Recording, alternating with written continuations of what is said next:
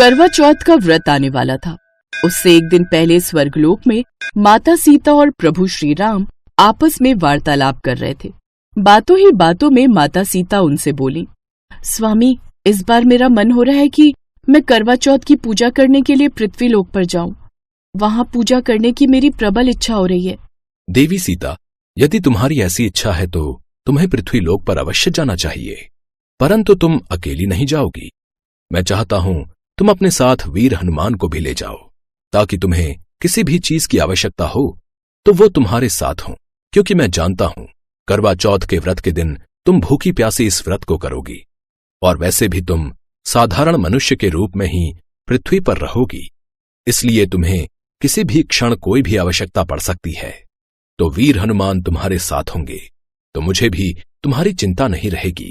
ठीक है स्वामी, मैं पुत्र हनुमान को अपने साथ ले जाऊंगी, क्योंकि मैं जानती हूँ जब तक मैं सकुशल लौट ना आऊं आप मेरे लिए चिंतित ही रहेंगे। तभी हनुमान जी भी आ जाते हैं। जय श्री राम।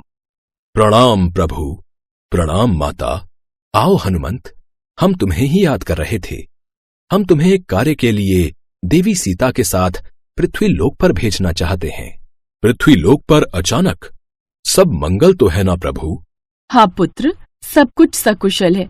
कल मेरा करवा चौथ का व्रत है, जिसमें मैं निर्जल व्रत करके पूजन के लिए पृथ्वी लोक पर जाऊंगी। प्रभु चाहते हैं कि तुम भी मेरे साथ पृथ्वी लोक पर चलो। जब तक मैं वहां पूजन आदि संपूर्ण करूंगी, तब तक तुम वहीं रहना। जो आज्ञा माता। जय श्री राम। अगले दिन माता सीता ने करवा चौथ का व्रत रखा और शाम के समय वो हनुमान जी के साथ पृथ्वी लोक पर पहुंची। पृथ्वी लोक पर पहुंचकर उन्होंने और हनुमान जी ने रूप बदल लिया। माता सीता बहुत ही सुंदर साड़ी और गहनों में 16 श्रृंगार से सजी हुई थी। वहीं हनुमान जी ने भी बहुत सुंदर नारंगी रंग के रेशमी वस्त्र और आभूषण पहन लिए। अब वो एक छोटे बालक के रूप में आ गए।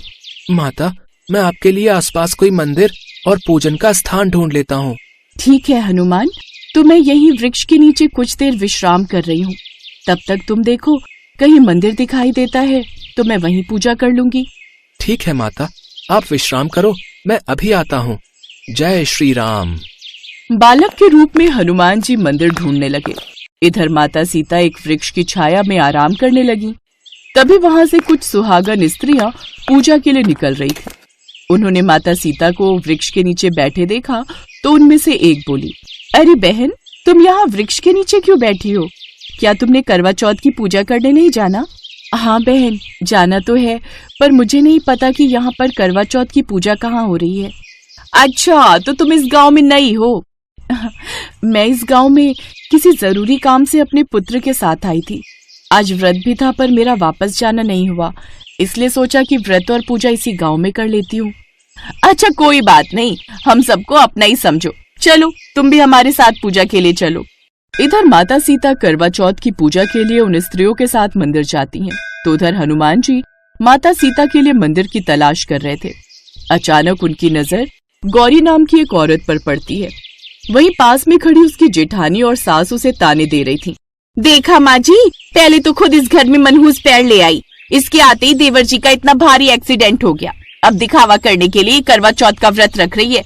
माँ जी, मैंने तो देखा है रसोई में खड़े होकर चुपचाप इसने 2 रोटी खा भी ली। नहीं नहीं, ये झूठ है, मैंने सुबह से एक घूंट पानी भी नहीं पिया है। मैं तो बस इनके लिए रोटी बना रही थी, सोचा इन्हें खाना खिलाकर दवाई दे दूंगी, उसके बाद मंदिर चली जाऊंगी। मुझे शाम की पूजा करनी है, उसके बाद चंद्रमा को देखकर इनके हाथों से ही पानी पीऊंगी। सुनिए, आप तो मुझ पर विश्वास करते हैं ना? अरे उससे क्या पूछ रही है, उसे तो कोई होश ही नहीं है, वो कोई बोल थोड़ी सकता है। शरीर के साथ साथ उसकी आवाज भी चली गई है। मेरा बेटा अब किसी लायक नहीं है, और इसकी सबसे बड़ी वजह तू है। तू पूजा के लिए मंदिर नहीं जाएगी, और ये करवा चौथ के व्रत रखने का ढोंग करने की भी कोई जरूरत नहीं है। सुमन, तू मंदिर में पूजा करके आ, इसे घर में ही रहने दे। नहीं नहीं, ऐसा न कहो माँ जी, करवा चौथ की पूजा करना बहुत जरूरी है, उसके बिना मेरा व्रत कैसे संपूर्ण होगा। सारा नजारा हनुमान जी देख रहे थे। उन्हें गौरी पर बहुत दया आई। हनुमान जी से रहा नहीं गया। उन्होंने मन ही मन सोच लिया कि वो गौरी की मदद जरूर करेंगे और उसे इस विपदा से बाहर निकालेंगे। हनुमान जी ने अपनी शक्ति का उपयोग किया और गौरी की सास के दिमाग को पलट दिया। गौरी रो रही थी। तभी उसकी सास मीठी आवाज में उससे बात करती है। अरे गौरी बहू, तू यहाँ बैठी रो रही है? मंदिर में सब करवा चौथ की पूजा के लिए तेरा इंतजार कर रहे हैं। जा जल्दी से पूजा करके आ, तब तक मैं सुमेर के पास बैठी हूँ। मंदिर? हाँ हाँ, मैं अभी जाती हूँ। माँ जी में इतना बदलाव कैसे आ गया? गौरी अपने सामने खड़े छोटे से बालक को मुस्कुराते हुए देख रही थी। तुम कौन हो, इतने प्यारे से छोटे से बालक जो इतना बड़ा काम कर सकते हो? क्यों दीदी, कैसा लगा मेरा कमाल? अब आपकी सासू माँ आपको कुछ नहीं कहेंगी। बालक के रूप में वीर हनुमान गौरी के साथ मंदिर पहुंचते हैं। वहां पर उन्हें माता सीता दिखाई दे जाती हैं। पूजा की तैयारी बस प्रारंभ हो रही थी। वीर हनुमान को देखकर माता सीता उनके पास आती हैं। अरे पुत्र, कहाँ रह गए थे? मैं स्त्रियों के साथ मंदिर आ गई थी। मुझे पता था तुम मुझे स्वयं ढूंढ ही लोगे। माता, यहाँ तक पहुँचने में इन्होंने मेरी मदद की है। मेरा नाम गौरी है। आपके पुत्र ने आज मेरी बहुत सहायता की, पर कैसे की ये बात मैं अभी तक नहीं जान पा रही हूँ। तभी सभी स्त्रियां पूजा के लिए बुला लेती हैं। चलो हम सब मिलकर पूजा करते हैं, उसके पश्चात तुम्हें तुम्हारे प्रश्नों का उत्तर अपने आप मिल जाएगा। माता सीता गौरी और बाकी स्त्रियों के साथ मिलकर करवा चौथ की पूजा करती हैं। पूजा के बाद धीरे धीरे सभी स्त्रियां अपने घर को लौट गई। आप मेरे घर चलिए, वहाँ कुछ भोजन कर लेना, चंद्रमा बस निकलने ही वाला है। मैं तो अपने स्वामी को देखकर ही व्रत खोलूंगी, मुझे वापस अपने घर लौटना होगा। अच्छा ठीक है, पर जाने से पहले मेरे प्रश्न का उत्तर तो दे दीजिए कि इस छोटे से बालक ने मेरी सासू माँ से ऐसा क्या कहा कि उन्होंने मेरे से पहली बार इतने प्रेम से बात की? वो इसलिए गौरी, क्योंकि वीर हनुमान संकट मोचन है। हनुमान से किसी का दुख देखा नहीं जाता। पुत्र हनुमान सदैव ही सबकी रक्षा करते आए हैं। दूसरों को मुसीबत से बाहर निकालने में पुत्र हनुमान हमेशा ही सहायक रहे हैं। त्रेता युग में प्रभु श्री राम और भ्राता लक्ष्मण, यहाँ तक कि मेरी खुद की सहायता करने वाले वीर हनुमान ही तो थे। इनके बिना तो मेरा अपने पति प्रभु श्री राम से मिलन होना असंभव था। तभी तो हनुमान सभी के प्रिय हैं। आज मेरा करवा चौथ का व्रत है। मैंने प्रभु श्री राम के लिए करवा चौथ का व्रत रखा है। मेरा बहुत मन था कि मैं इस बार पृथ्वी लोक पर आऊं और तुम सबके साथ मिलकर इस व्रत की पूजा करूं। इसलिए मैं पुत्र हनुमान के साथ पृथ्वी लोक पर आई हूँ। इतना कहते ही माता सीता और हनुमान जी अपने साक्षात रूप में आ जाते हैं। उन्हें अपने सामने देखकर गौरी की प्रसन्नता का ठिकाना नहीं था। उसकी आंखों में खुशी के आंसू थे। वो माता सीता और वीर हनुमान को प्रणाम करती है।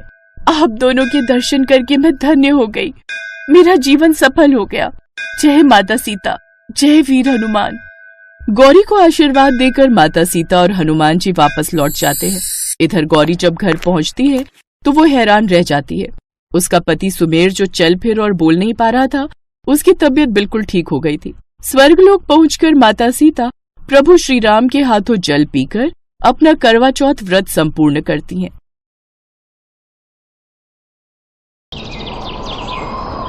मोहनपुर नाम के एक छोटे से गांव में प्राचीन बरगद के पेड़ के पास सुशीला नाम की एक बूढ़ी गरीब महिला अपने अपाहिज बेटे मदन के साथ रहती थी। मदन बचपन से ही दोनों पैरों से चल नहीं सकता था। मिट्टी और भूसे से बनी सरला की छोटी सी झोपड़ी गांव के किनारे पर खड़ी थी, जिस पर अक्सर राहगीरों का ध्यान नहीं जाता था। अपने जीवन की गरीबी और कठिनाइयों के बावजूद सुशीला भगवान राम में अपनी अटूट आस्था के लिए जानी जाती थी। एक और दिन बीत गया और अभी तक मेरे भगवान राम नहीं आए हैं, लेकिन मुझे पता है कि वो आएंगे। वो एक दिन मेरे दुखों को दूर करने जरूर आएंगे। मुझ गरीब की झोपड़ी में वो जरूर आएंगे। माँ, प्यास लगी है।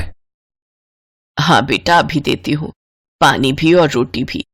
ये रही राम जी की थाली और ये तेरी। माँ, मैं तुम्हें बचपन से उनकी थाली लगाते हुए देख रहा हूँ। माँ, क्या तुम्हें पक्का विश्वास है कि भगवान राम हमारी झोपड़ी में आएंगे? हाँ बेटा, मुझे पूरा विश्वास है। मेरे राम मेरी झोपड़ी में जरूर आएंगे। वो जानते हैं मैं उनकी प्रतीक्षा में आंखें बिछाए बैठी हूँ। उन्हें मुझे दर्शन देने आना ही होगा। हर दिन सुशीला अपनी झोपड़ी को साफ करती थी और अपने मिट्टी के बर्तन में चावल और दाल का एक छोटा सा हिस्सा पकाती थी, इस उम्मीद में कि राम जी उससे मिलने आएंगे। उसकी आस्था को लेकर गांव वाले अक्सर उसका मजाक उड़ाते थे, जिनमें गांव का जमींदार भी शामिल था। जब भी वो उस रास्ते से गुजरता, सुशीला को देखकर बहुत हंसता। सुशीला, तुम और तुम्हारी कल्पनाएं। जितना मर्जी अपनी इस टूटी फूटी झोपड़ी को सजा लो, भगवान राम तुम जैसी गरीब बुढ़िया से मिलने नहीं आने वाले। जमींदार साहब, आप जब भी इधर से गुजरते हो मुझे यही बात कहते हो। एक दिन ऐसा आएगा जब आप देखते रह जाओगे, जब मेरे राम मेरी झोपड़ी में आएंगे। मेरा दिल मुझसे कहता है कि राम आएंगे। उम्र के साथ साथ अक्सर ऐसा हो जाता है। खैर, हमें क्या, करो इंतजार, हम भी देखते हैं। अरे जमींदार साहब, क्या इन छोटे गरीब लोगों के मुंह लगना। चलिए, वहां पेड़ की छाया में खटिया लगा दी है, आप वहां आराम से पेड़ की ठंडी छाया में बैठो और ठंडी ठंडी हवा का आनंद लो। सुशीला को आदत थी रोजाना ऐसे ताने सहने की। वो किसी की भी बात का बुरा नहीं मानती थी। वो तो सिर्फ अपने प्रभु श्री राम की भक्ति में ही लीन रहती थी। एक दोपहर में जब सुशीला गांव के बाहर लकड़ियां इकट्ठा कर रही थी, दो युवा और सुंदर साधु साधारण कपड़े पहने हुए उसकी झोपड़ी के पास आए। उनकी उपस्थिति शांत थी और उनकी मुस्कान बहुत ही कोमल थी। माँ, क्या हमें थोड़ा पानी मिल सकता है? हम बहुत दिनों से यात्रा कर रहे हैं, हमारे पास पानी समाप्त हो गया है। हाँ हाँ मेरे बच्चों, कृपया अंदर आओ, भोजन का समय है। मैं तुम दोनों के लिए भोजन भी लाती हूँ और साथ में पानी भी। माँ, कौन आया है? बेटा, दो ऋषि पधारे हैं, यात्रा पर निकले हैं, इसीलिए कुछ देर यहाँ विश्राम करना चाहते हैं। ये मेरा बेटा है मदन। सुशीला भोजन की थाली लगाने लगी, तभी दूसरे युवा ऋषि ने सुशीला से पूछा, माँ, आपने भोजन की ये 3 थालियां क्यों लगाई हैं? हम तो केवल 2 ही हैं। बेटा, ये थाली भगवान राम के लिए है। मैं जब भी भोजन लगाती हूँ तो एक थाली भगवान श्री राम के लिए निकालती हूँ, क्योंकि मुझे यकीन है कि एक ना एक दिन वो मेरी इस झोपड़ी में जरूर आएंगे और इस भोजन को ग्रहण करेंगे। ये लो बेटा, खाओ। सुशीला की बातें सुनकर दोनों युवा ऋषि मुस्कुरा दिए। उन्होंने घंटों बातें की। युवा ऋषियों ने गांव, सुशीला के जीवन और राम जी के प्रति उसके अटूट विश्वास के बारे में उसकी कहानियां ध्यान से सुनी। जैसे ही शाम हुई, युवा ऋषि जाने के लिए खड़े हो गए। आपसे मिलकर और आपकी प्रभु श्री राम के प्रति भक्ति को देखकर सचमुच हृदय आनंद से भर गया। धन्यवाद। बस अब तो मेरी इच्छा है कि राम जी भी ऐसे ही मुझसे मिलने आए जैसे आप आए हैं। तुम्हारी भक्ति जीत गई माँ। देखो, मैं तुमसे मिलने आ गया। तुम्हारी भक्ति मुझे यहां तुम्हारी झोपड़ी में खींच लाई। सुशीला देखती है दोनों युवक राम और लक्ष्मण के रूप में आ जाते हैं। सुशीला को कुछ पल के लिए तो अपनी आंखों पर यकीन ही नहीं हुआ। उसकी खुशी का ठिकाना नहीं था। उसकी भक्ति जीत गई। उसे अपने प्रभु श्री राम के दर्शन हो गए। बस माँ, अब दुख के दिन दूर हो गए। अब आपको चिंता की कोई जरूरत नहीं। अब मेरे आशीर्वाद से सब कुछ ठीक हो जाएगा। भगवान श्री राम आशीर्वाद का हाथ उठाते हैं। मदन के पैर ठीक हो जाते हैं और वो उठकर खड़ा हो जाता है। वो भी हाथ जोड़कर भगवान श्री राम और लक्ष्मण के सामने खड़ा था। सुशीला की आंखों से आंसू बहते ही जा रहे थे। देखते ही देखते सुशीला की झोपड़ी सोने की हो गई। उसके घर में धन भंडार भर गए। उसकी झोपड़ी में राम आ गए।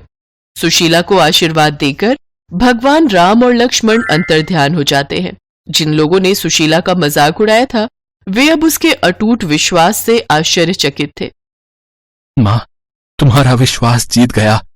प्रभु श्री राम और लक्ष्मण हमारी कुटिया में आए। देखो, उन्होंने मुझे ठीक कर दिया, हमारी गरीबी भी दूर कर दी, हमारे जीवन के सारे दुख दूर कर दिए। मां, हाँ बेटा, अब हमारे दुख के दिन दूर हो गए। हाँ मेरे बच्चे, प्रभु श्री राम ने हमारे जीवन के सारे दुख दूर कर दिए। अब सुशीला बहन, मुझे माफ कर दो। मैंने तुम्हारा हमेशा मजाक उड़ाया, पर आज हमारी आंखों के सामने सारी सच्चाई है। तुम्हारी भक्ति सचमुच बहुत सच्ची है। तुम्हारी झोपड़ी में राम आ गए सुशीला बहन। तुम सत्य कहती थी कि तुम्हारी झोपड़ी में राम जरूर आएंगे। सब गांव वाले भी सुशीला की भक्ति की बहुत प्रशंसा करते हैं और सब सुशीला से यही सीख लेते हैं कि भगवान पर अटूट विश्वास बहुत जरूरी है। तभी हमें सच्ची भक्ति का फल प्राप्त होता है।